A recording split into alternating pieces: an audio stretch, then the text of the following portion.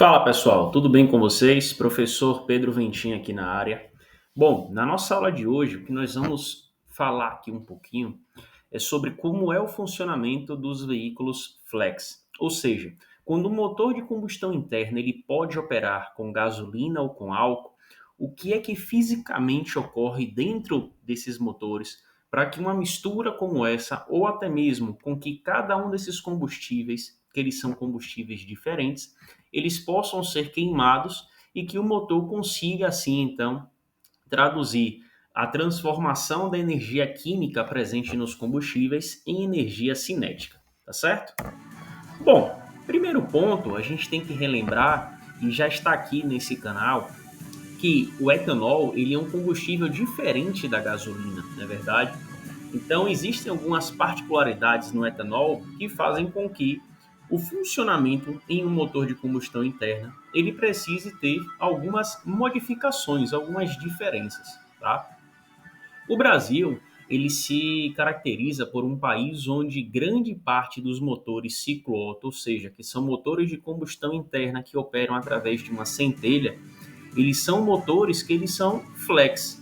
O que é um motor flex fuel? O motor flex fuel é aquele tipo de motor que ele pode operar com dois tipos de combustível ou, além disso, ele pode operar com misturas desses combustíveis, tá? E quais são os dois principais combustíveis aplicados para esses motores? Nesse caso, são a gasolina e o etanol. Então, quando você chega em um determinado posto de combustível, você pode escolher se você vai utilizar apenas gasolina, que no caso do Brasil é uma mistura entre gasolina e etanol, mais ou menos ali na faixa de 27,5% a 30%, ou se você vai fazer uso de 100% de etanol, que nesse caso não existe nenhuma adição de gasolina, tá? Só que a gente já entendeu que esses combustíveis, por eles terem modificações dentro das suas cadeias, das suas moléculas, eles fazem com que a sua operação e a sua queima dentro de um motor precisem trabalhar ou precisem ocorrer de formas diferentes.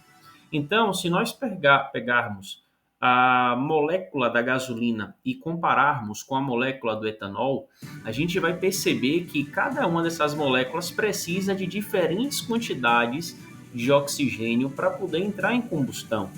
Quando nós vamos ter no nosso motor de combustão interna um combustível sendo injetado, a gente precisa seguir mais ou menos uma receita de bolo. E que receita de bolo é essa?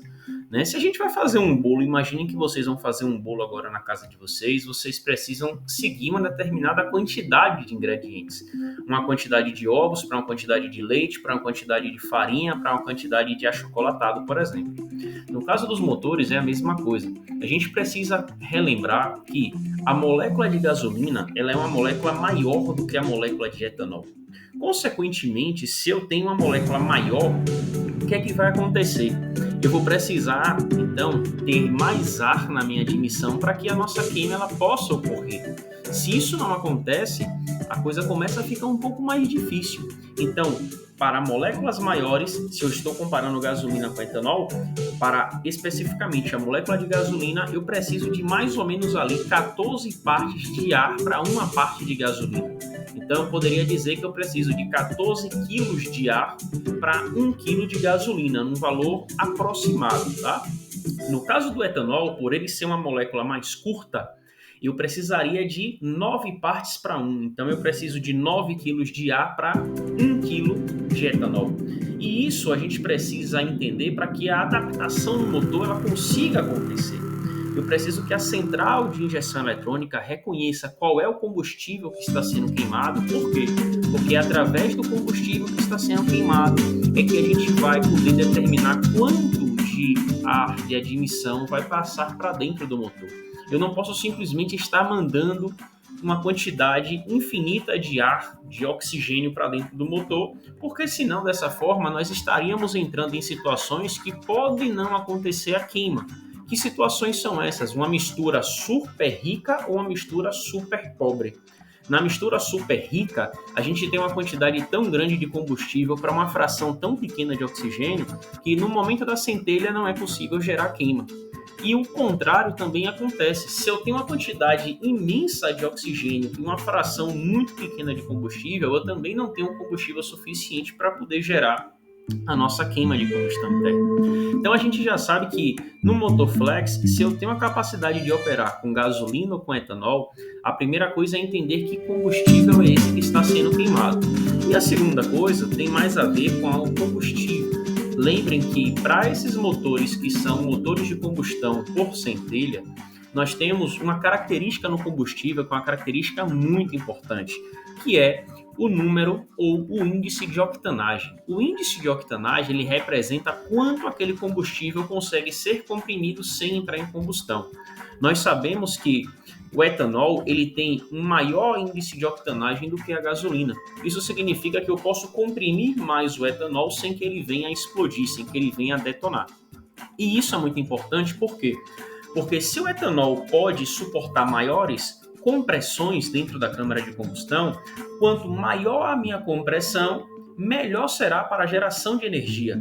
Porém, percebam que, devido ao fato do índice de octanagem ele influenciar numa detonação que não é interessante para a gente, ou seja, se eu fizer um motor que ele tem uma super compressão, o combustível não vai aguentar e vai detonar, eu preciso dosar a quantidade de taxa de compressão que eu tenho. Só que a taxa de compressão, para ela poder ser dosada, ela precisa ser calculada e dimensionada, porque esse é um componente fixo do motor. Como assim um componente fixo?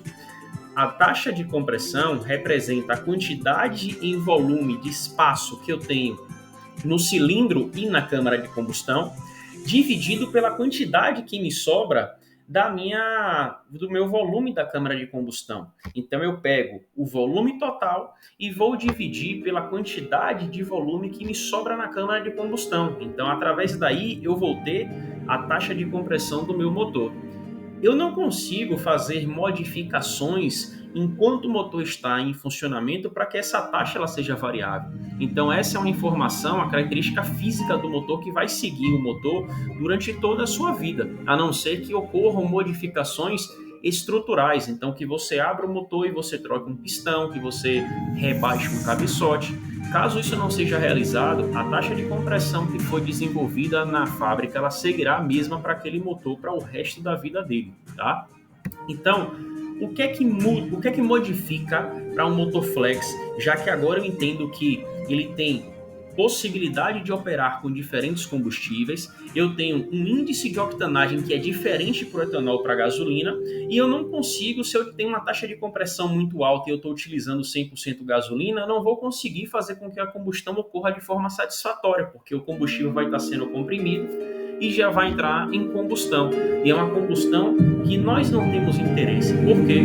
Porque logo na sequência haverá um centelhamento, e esse centelhamento, junto com a mistura que já foi detonada segundos antes, vai criar uma onda de choque dentro da câmara de combustão que vai fazer com que os componentes internos do motor comecem a vibrar de forma excessiva, gerando então um desgaste, principalmente entre o cilindro no que diz respeito ao pistão com as suas paredes, tá? Bom, nós temos aqui um sistema que está mostrando aqui para a gente um motor, que é um motor de combustão interna ciclo Otto, onde ele está executando as suas atividades. Então perceba que ele faz o primeiro tempo, que é o tempo de admissão, onde o pistão desce, compressão quando o pistão sobe, logo na sequência nós temos o centelhamento e depois nós temos o escapamento, tá certo? Aqui a gente consegue adicionar um pouco mais de velocidade aqui a esse motor para entender mais ou menos o que é que está ocorrendo. Eu vou deixar uma velocidade um pouco menor, um pouco mais baixa, para a gente poder compreender exatamente como seria o comportamento de um motor flex.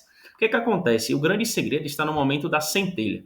Ocorreu a admissão. Nesse momento da admissão, a gente tem a entrada de ar mais combustível, já que estamos falando de um motor de combustão interna ciclo Otto de injeção indireta, ou seja, a massa de ar ela já vem carregada com combustível para poder ser queimado.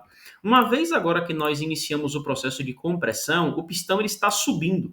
Uma vez que a central de injeção eletrônica ela detecta que a mistura que está sendo queimada ela possui muito mais gasolina do que etanol, ela lança a centelha mais ou menos nesse ponto que nós estamos vendo. O pistão ele não chegou até o seu ponto máximo superior ao PMS, porém a centelha ela já ocorre. Por quê? Porque a gente já sabe que depois dessa situação, quanto mais o pistão esteja comprimindo, maior vai ser a geração de calor, de pressão e de temperatura dentro da câmara, o que vai fazer com que a mistura ela detone sem a necessidade da centelha, o que é muito ruim. Então, nesse ponto, já ocorreria uma centelha, e uma vez que a centelha aconteceu, dá-se início à nossa combustão como um todo, tá? Então, se agora a gente está trabalhando com um motor que também é ciclo Otto, que é flex, só que agora é álcool, quando ocorreu agora a admissão da nossa mistura de ar com etanol, acontece que nós iremos esperar até o pistão chegar quase que no topo para que a centelha lá consiga ocorrer. Nesse ponto, a gente garante que a mistura que está sendo comprimida, ela leve mais tempo na fase de compressão antes de receber a centelha, fazendo com que ela consiga acumular maior pressão, maior temperatura e fazendo com que a queima, a combustão, ela tende a gerar uma maior energia, um maior rendimento, um maior aproveitamento. Então, qual é o mistério, qual é a mágica que o motor flex consegue operar com gasolina, com etanol ou com a mistura entre os dois? É o avanço de ignição. É esse momento em que a centelha ela é lançada que faz com que justamente você consiga ter a operação do seu motor atendida de forma que você não venha a fazer com que ocorra vibração excessiva, desgaste excessivo e que você consiga manter as características iniciais do seu motor de uma forma que ele venha a ter a sua durabilidade e a sua economia de combustível garantida. Beleza, pessoal? Bom, a gente vai ficando por aqui. Caso tenham dúvidas ou sugestões, deixem aqui abaixo que eu vou ter o maior prazer em respondê-los, tá? Espero que vocês tenham gostado desse conteúdo. Até uma próxima. Valeu!